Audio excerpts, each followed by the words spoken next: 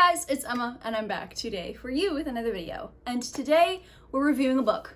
I know, shocker, we haven't done this in a while, but the book that we are going to be reviewing today, everybody, is If He Had Been With Me by Nowlin. This is about two friends, Autumn and Phineas, and when they were younger, they basically grew up together. They were attached to the hip.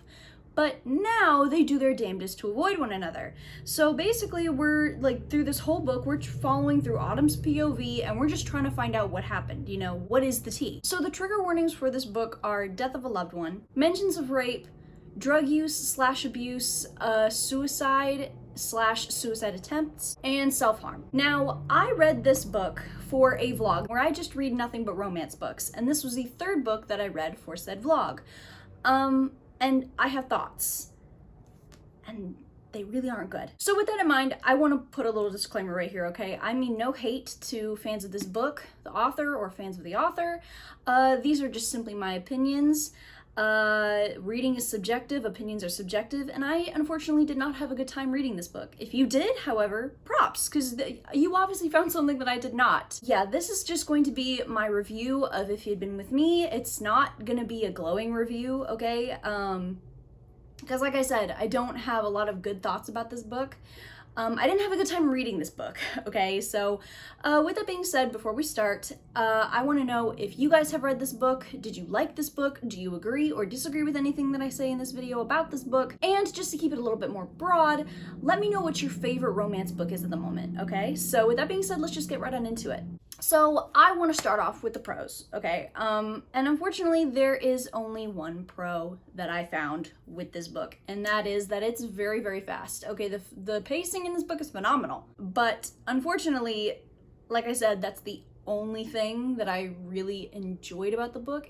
Yeah, I finished it in 2 days, so it's gotta count for something. Okay, so the first con that I would like to talk about with you guys about this book is the characters, just in general, okay? They're flat. They are flatter than a Coca-Cola that's been left out in the sun for 2 days. With that in mind, I think that this is a character-driven book because plot-wise, there's barely anything that happens in this book, all right? Maybe just in the last 90 pages. And for this book to be damn near 400 pages, I don't know what to tell you about that. But even if this book is character-driven, all right, there is nothing remotely engaging about any of these characters. And it's probably not helped by the fact that, like, this entire time we're only in Autumn's POV. And we'll get to her in a minute, all right, because she's a TED Talk in and of herself, okay? But the monologues that we get from Autumn are all about Finn. All about Finn, maybe like sprinkled and peppered with some like light teen drama, but it's mostly about Finn. And if I had known that throughout this whole time she was gonna call him Finny, probably wouldn't have picked it up. The woman of the hour, Miss Autumn herself, is my second con for this book in totality, all right? I liked her at first, don't get me wrong, I was vibing with her at first. And then I kept reading, and the further that I read, the more insufferable she was, okay? The bitch could have breathed, silently, quietly, once, and I still would have wanted to knock her teeth out. She has this whole thing about her of, I'm so pretty. I was so pretty as a kid. I'm a pretty girl, not a popular girl. Did you know that? Oh, and by the way, our friend group were outcasts. Okay, we're misfits. We were cast out from our old groups because well, we just don't conform like they do, okay? Because they're judgmental. We're not. We're never judgmental. We're never judgmental at all. And it's like, girl, shut up, please. And then on page 13, all right, we have, I was a pretty girl, but I wasn't a popular girl. I was different. I was strange. So I decided to give up and be the weird girl again, and Sasha followed me. I'm weird. I'm a weirdo. It is so just smothered and thrown in our faces that Autumn is pretty. Autumn is prettier than her friends. Autumn is the prettiest girl that damn near anybody's ever seen. She's just not normal compared to the cheerleaders and the preppy people. All you would have to do at this point in time is paint on a big red banner, "I'm not like other girls," and then string it above your head all day. And on top of that, the bitch is hypocritical, all right? She and her whole friend group are, all right? They're the Goonies, okay? They're just bitchier, more bitter, and in high school, okay? So basically the group consists of Brooke and Noah, who are dating, Jamie and Autumn, who are dating, Angie and her out-of-school boyfriend, who are dating, and then Sasha and Alex, who used to be dating but are no longer dating. And they're all juniors at this point, and Alex is now dating a freshman whom none of them like. And we know this because on page 203, Autumn thinks, "We don't like her. We think she's presumptuous and kind of slutty looking." So they break them up. Alex's friends break him and his girlfriend up because they don't like her. They think she's slutty looking and they think she's presumptuous. Funny how that works, ain't it? That they think she's presumptuous. So basically, Alex gets back together with Sasha and the group is whole again, which was another reason why they broke them up. On 205, Autumn is surveying the scene, right? They're all hanging out together. All is right with the world to her. And then she's thinking about how them as friends have such power over one another and that they can influence each other's decisions to such a degree. And she thinks on 205, this is friendship. And this is love. But I already know what they have not learned yet. How dangerous friendship is, how damaging love can be. Look at little Miss Sentimentality trying to be cryptic, all right? This is not friendship. Is his girlfriend abusive to him? Is his girlfriend doing anything to him? Or is it really just the fact that y'all don't like her ass, all right? Which, if that's the case, y'all don't have any right to bitch and complain about it, okay? Because that's his business. It's none of y'all's business who the hell he dates. Okay, at the end of the damn day, I know it's so hard to comprehend that you don't have a hand in every single thing that goes on with your friends. And another thing that I noticed, which is actually quite minor compared to everything else in this book, but through Autumn's POV, right, we see Autumn's relationship with her friend group and the dynamic of her friend group in general, and we don't like her. We think she's presumptuous and da-da-da-da. We think this. We want this. Honeycomb, this might as well be a cult book with this insidious ass groupthink that y'all got going on. What really locked this bitch in to be insufferable for me though is her holier than thou attitude and pick me antics regarding other girls. And an example of this would be on page 235 when all the girls of the friend group learn from Angie that she has had sex for the first time. And it happened in a car. And Autumn, in her monologue, says, "I don't understand how Angie could be happy with such a cliched place to lose her virginity." Little Miss, "Oh, I'm her best friend. I'm not judgmental at all. How dare you say I'm judgmental? I'm not like the cheerleaders." Stop. Because we get it. All right? You wouldn't dare lower yourself to, oh my gosh, I know, having your first time in a car. Oh, the scandal. I'm clutching my imaginary pearls at this moment in time. You could want your first time to happen on a 4-poster bed with feather down pillows, or you could want your first time to be in a car. Wherever you want it to happen, baby doll, that's your prerogative, okay? And it's not a bad thing that Autumn doesn't want to have her first time in a car. What is a bad thing is her judging Angie and calling it cliched when Angie's perfectly fucking happy with it. All right? Do you see Angie bawling and crying about the fact that she had her first time in a car, Miss Autumn? I don't think so, so shut the hell up. And then her pick-me tendency jumps out, okay, in regards to Miss Sylvie Whitehouse. Sylvie Whitehouse is the girl that is currently dating at this moment in time, Finn, all right? And in regards to her thinking about Sylvie dating Finn and why Finn is dating Sylvie, in her monologue, Autumn tells us, "I frown again, trying to see for the millionth time how Finny, who is devoted to his mother, never has a bad word for anyone, and who every winter shovels the driveway of the old lady across the street and refuses to take $1 for it, can be in love with a girl known for her drunken antics and dirty mind."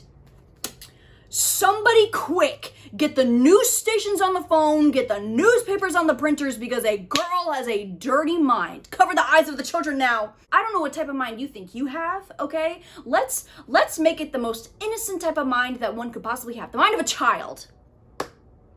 I'm gonna say this once, and one time only. If the dude likes you and is attracted to you and you have the mind of a child, you need to haul ass and run, because that is weird. And oh my goodness, what a scandal if a girl likes to get drunk and have fun. These drunken antics that Miss Autumn is looking down on Sylvie for is kissing a girl. Do we really want to unpack that right here, right now? I don't. Because I don't have the time or the urge to do so, all right? But we could, and it's the fact that we could that counts. Now, my next gripe with Autumn's character, all right, has nothing to do with her, all right? It's simply how she's written. And I admit that, but that doesn't make it any less worrying, okay?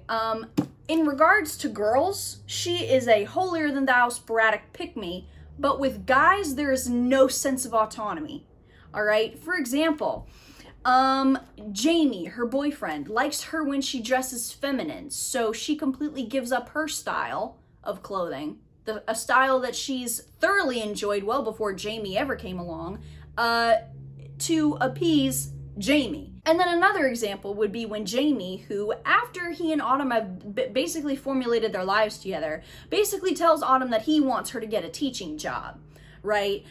So she completely forgoes her entire career plan, her entire college plans of being a creative writer. Because I'm sorry, throughout this whole book, we are told Autumn loves to write. Autumn loves to write. Autumn loves to write.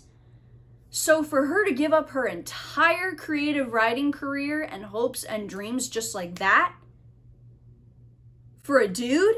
And then there's also this thing with hand holding, okay? I've only got one instance highlighted, but I thought it was enough. On page 16, one Monday afternoon on the steps to nowhere, aka the quad where they all hang out, Jamie takes my hand in his, as if it has long been settled that it is his hand to take whenever he pleases, and everyone acts as if this is normal.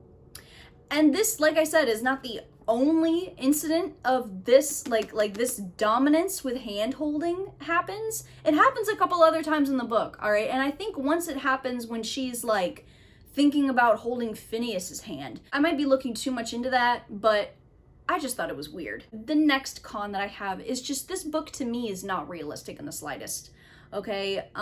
What do you mean that in your public school, at a school dance, you were allowed to dance on the tables? And the justification for them being able to dance on the tables is because not a lot of kids showed up. In my public school, if someone had even just started to formulate the brain waves of even going near a table, the teachers chaperoning the dance would have dogpiled them. I would have loved to have gone to a public school where they would have let me dance on the tables. Another thing, what do you mean that the teacher lets you rummage through his desk? And then going off of that, what do you mean that this same teacher lets you sit at his desk in his chair simply because it's your birthday? To me, it just bleeds. It's saturated, it's suffocated, quite honestly, with a feeling of everybody loves Autumn. Everybody loves her. Autumn can get whatever she wants because Autumn's just perfect. Because everybody loves Autumn. You know, obviously, except the people that are cartoonishly made to not like her. Because who could not like Autumn? She's a pretty girl, not a popular girl. It's just so forced, this idea of because Autumn and her friends are the good guys, they get whatever they want. I remember, like middle school, I had a health teacher that would like let us sit in a swivel chair for our birthdays, but not at his desk. Okay? Like I said before, I would have loved to have gone to this public school. A public school as lenient as that one? Sign me up. Lastly, I have a bone to pick with the writing of this book, okay? Because in my opinion, this book is just not written very well. This book is not choppily written, but it's choppy. It sounds choppy, all right? And let me explain, okay? Because on paper, you have the bare bones of a story. You have the bar, all right? Everything else, though, it's not there, all right? You have the bar, the bare bones, all right? But you don't have any blood, you don't have any tissue, you don't have any muscles, you have no sinews, no tendons, no nothing, all right? So it sounds choppy when it's read either out loud or in the voice in my head that reads whenever I read anything. Okay, so it's not choppily written, but it sounds choppy. There's just no flow. This book is made of mostly simple sentences.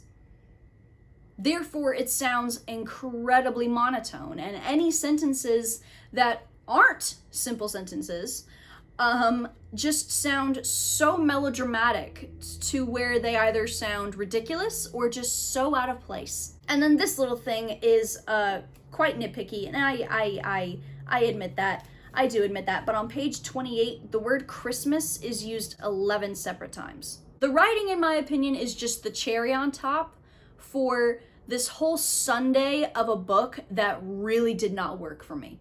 I gave If You'd Been With Me 1 star. I found it to be boring. I found it to be monotone. I found the characters to be either flat or non-existent or just downright insufferable. The only reason why I didn't DNF this book is because the pacing was so quick. But with that being said, the reason why it was so quick was because there was nothing in between the sentences to even be engaging. Yeah, no, I'm very disappointed with this book, quite frankly. And in regards to the cover, because the cover is beautiful, all right? And it's got like that really nice, like buttery matte, like cover feel. With that being said, I feel pranked. I feel duped. So you guys, that was my review for If You'd Been With Me. I hope you enjoyed. If this book did work for you, like I said in the beginning, props, okay? Because you obviously found something to enjoy that I did not. So you guys, with that being said, I hope that you enjoyed the video. I hope that you will look out for more stuff on my channel. I hope that you guys are staying safe, and I hope that you guys have a good rest of your day. Goodbye.